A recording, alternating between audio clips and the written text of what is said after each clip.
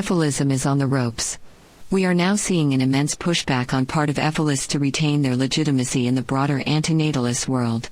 The videos and documents we and others have prepared are having an impact. Efilist moderators in antinatalist spaces are still banning our work.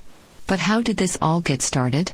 The term Efilism was invented by Inmendum to distinguish his own ideas. After deciding he was an Efilist, Inmendum said he was not an antinatalist and wants nothing to do with antinatalism. I have to make some sort of declaration, make it clear that I'm not an antinatalist. I'm an Efilist, or if you want to say a life extinctionalist. But I just won't appreciate it if somebody calls me an antinatalist, because I'm not. Inmendum, rather childishly, said that Benatar is the king of antinatalism, so I will be the king of Efilism.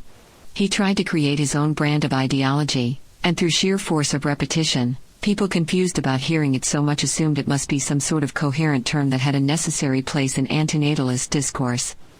Efilism spread outside YouTube in large part due to a basic ignorance of terminology. The term antinatalism is not human-centric. It can be applied to all forms of natalism, human and animal.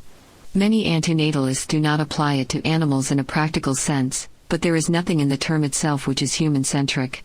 There are good practical reasons why it shouldn't be applied to wild animals, but all antinatalists can agree that the suffering in the world is not isolated to humans. The term Efilism has falsely portrayed itself as being antinatalism plus animals. Because of this, many people have classified themselves as Efilists without knowing the term's history or implications. The term for antinatalism referring only to humans is anthropocentric antinatalism. The term for antinatalism applied to all sentient life is sentiocentric antinatalism. These terms already exist and are in use among serious antinatalist thinkers, but Inmendum didn't know or understand this, or perhaps he just didn't care. He created the term Efilism for his own vanity. Benatar has made it clear that the term adds nothing. You might think you are an Efilist when in fact you are really a sentiocentric antinatalist. The only thing Efilism adds are contradictory and incoherent attempts at philosophical justifications for torture and murder. Efilists believe two specific points. 1. That the Efilist plan of intentional extinction of the planet is plausible and ethical. 2. That Efilists know the specific circumstances when it is justifiable to violate consent, such as the case of murdering a pregnant woman to prevent her from having a child, or killing a healthy cat for its quote-unquote own good. To persuade antinatalists of their position, Efilists use the red button thought experiment. This is merely Inmendum's poor rip-off of the benevolent world exploder thought experiment. Before Efilists came along, negative utilitarians and antinatalists made use of the concept and had responsible discussions about it without threatening to kill anyone in real life. The red button thought experiment asks the listener or reader if they would press a red button that painlessly destroys the world. In this thought experiment, there are no unintended consequences. It would be worldwide erasure in the blink of an eye. The suffering inherent in nature is so egregious that many people would agree to press such a button, assuming such a situation existed. However, the situation will likely never exist. So what is the point of the red button question? The red button thought experiment actually acts as a Trojan horse. It gets you to start thinking that you can violate someone's autonomy for their own good. It is true that some self-described Efilists avoid this implication and maintain a public relations-friendly position of being against killing anyone until the red button is invented. The founder of Efilism, however, has made many statements in favor of killing both cats and people. If persuading doesn't work, I would argue that sure, go ahead, push her downstairs, beat the shit out of her, do whatever you have to do. But understand that we still live in a society, a civilization, and you're going to go to jail. All right, so yeah, you did the right thing, but you're going to go to jail. Lots of the criminal justice system is broken. If I killed 1 billion people tomorrow in a horrible way, I mean, I slit them open, had their guts fall out, and I could justify it, frankly, if I prevented even more of that happening in the future. Nothing has a right to life. It's just stupid. If I could shoot acid in your goddamn eyes, I would. Of course, I want to kill everybody, but there's times when I want to kill you without any empathy. I want to kill you for fun. not for, well, not to save suffering and do all that. No, I just want to kill you because people suck. And the only good reason to torture something is because you can prevent more torture. And if the only way to prevent it from being tortured is to stop it from living, then that's what you have to do. Way too many animals existing in way too inferior circumstances. Fuck, doing surgery on them and throwing them back on the street. Give them what everything deserves, a graceful exit. So yes, comfort the afflicted and kill the fucking liars and the cheaters and the bastards and the retards. Compassionate authoritarianism. The majority of you are psychotic lunatics that probably should be shot. But just little thoughts of the prego walking down the street and just somebody whaps them with a 2x4 or something, yeah, that entertains me. Yeah, they should be hit with 2x4. I wouldn't care, to tell you frankly, okay? I have such contempt for poor people who have kids. I have absolutely no ethical problem personally with every fucking poor person who has a kid being shot in the fucking head. So the point I'm making is, I always thought, how horrible it is to throw a bag of kittens into a stream. I always thought so.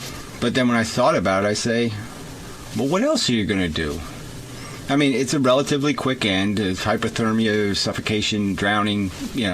Drowning's not the worst way to die, frankly. He also tells people to kill their healthy pets. For instance, I'm doing all I can, applying the idea of minimizing suffering in the way I care for my cat. I'll do all I can to make it as comfortable as I can. All you can is, I should have killed him 6 months ago. It does not start out that way for many Efilists, however. It begins by simply agreeing to the red button scenario. Afterward, they are progressively led to justifying more and more egregious forms of violence. For example, here is Old Fan using the grisly imagery of justifying skinning beings alive. Probably by any means necessary. Like if I found out tomorrow that the only way that sentient extinction could possibly happen was skinning all the living things alive slowly, I'd hate it. But I would say that it's what we have to do. There is no ethical value in getting people to contemplate the horrible things they would do for the so-called greater good. Antinatalism happens in the real world, not the world of thought experiments. Old Fan likely didn't begin her Efilist path believing such things, but she ended up there by uncritically accepting Inmendham's logic. And this is textbook Efilism. Inmendham himself claims any torture committed by an Efilist is justified so long as the Efilist thinks it will ultimately lead to less suffering. How do Efilists get people to believe such things? First, they set up a scenario which corresponds to their ideals, the eradication of all suffering through intentional annihilation of all life on the planet. They do not argue whether or not this is a plausible goal, however. If you say it is not plausible, they shout you down and shame you as a naysayer. If you present a transhumanist alternative, they then scoff, claiming it is implausible and shame you for believing in fairy tales. They present intentional extinction as both plausible and the only option, then ask you what you will do. Further, if you question the ethics of destroying all life, they then claim you must be in support of suffering. After all, if you're not part of their solution, you must be part of the problem. If you aren't for annihilating every living thing, then you must be in favor of suffering. There is no room for nuance or practical concerns. You either agree with their solution or you are in the way. And everyone can do the math on what Efilists think should be done with naysayers. Geez, the naysayers. The other thing I wanted to run over immediately. I mean, if I had a nuclear fucking goddamn steamroller, the fuckers I want to run over the first are the fucking goddamn naysayers. I am just so sick of you counter-arguers, you counter-pointers. No, that won't, no. All you fucking goddamn do is get in the goddamn way. Who needs that? Who needs that fucker? Shoot him first. This constant appeal to an idealized solution is called the Nirvana Fallacy. Quoting Wikipedia. The Nirvana Fallacy is the informal fallacy of comparing actual things with unrealistic idealized alternatives. It can also refer to the tendency to assume there is a perfect solution to a particular problem. By creating a false dichotomy that presents one option which is obviously advantageous, while at the same time being completely implausible, a person using the Nirvana fallacy can attack any opposing idea because it is imperfect. Under this fallacy, the choice is not between real-world solutions, rather, it is a choice between one realistic achievable possibility and another unrealistic solution that could in some way be better. Efilists further entrench their position by demanding that you have a final solution. You may be against suffering, but unless you can think of a way to end all suffering efficiently and plausibly, then you are expected to default to the Efilist position. You are not allowed to protest on the basis of unintended consequences. Efilists demand full faith in their final solution, and they will shame and bully anyone who disagrees. You can see this in Inmendum's behavior and in the behavior of Oldfan. Many self-described Efilists were conned in this exact way. And, as we can see, many are now distancing themselves from Inmendum's most violent rhetoric. They may still agree with the red button in principle, but they are trying to preserve the term from being associated with murdering pregnant women and cats, despite the fact that the founder of Efilism makes these arguments. Many are simply dropping the term entirely. The entire concept of Efilism being a plausible future scenario is laughably childish, and Efilists aren't even trying to be persuasive to the wider public. Inmendum does not make himself presentable at all. He demonstrates no desire to popularize his message. He's been preaching for over a decade, and his videos only get 1,000 views per video on average. He masturbates on his website. He invents fake physics and claims streets will be named after him. He believes he deserves a Nobel Prize. He openly disparages women and so-called queers. He speaks proudly of wanting to be a serial killer. This isn't the behavior of someone deeply invested in getting his message across. This is the behavior of someone who is mentally ill. Efilists claim they disagree with Inmendum, but you will not see Efilists making videos voicing their disagreement publicly. At least not very often. They will voice their disagreement only when pushed. Efilists do not make videos denouncing Inmendum's violent rhetoric. They will not confront him. This demonstrates their fundamental dishonesty. If they thought the violent rhetoric was really a problem, they would do more to distance themselves from it. But we all know they don't. And we all know why that is. There are sadly many antinatalists who give deference to Efilism while still not calling themselves Efilists. They want to act as if it's all purely in the realm of philosophy, independent of how the philosophy will be practically applied. Oldfan herself has said that she is concerned about Efilist rhetoric being used as a pretext for violence. If antinatalists are also concerned about this, then they will not associate with Efilism. It is that simple. Violence should be a line in the sand. We are not talking about arguments in comment sections. We are not talking about back and forth videos. We are talking about a philosophy whose founder justifies and glorifies violence.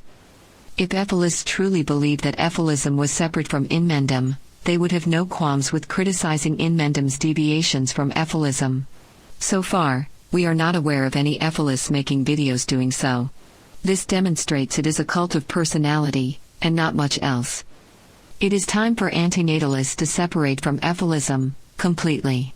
Frankly, if they could make a movie of pregnant women falling downstairs, with the fetuses flying out and, getting tangled in their umbilicuses and squashing against the wall, I'd watch it.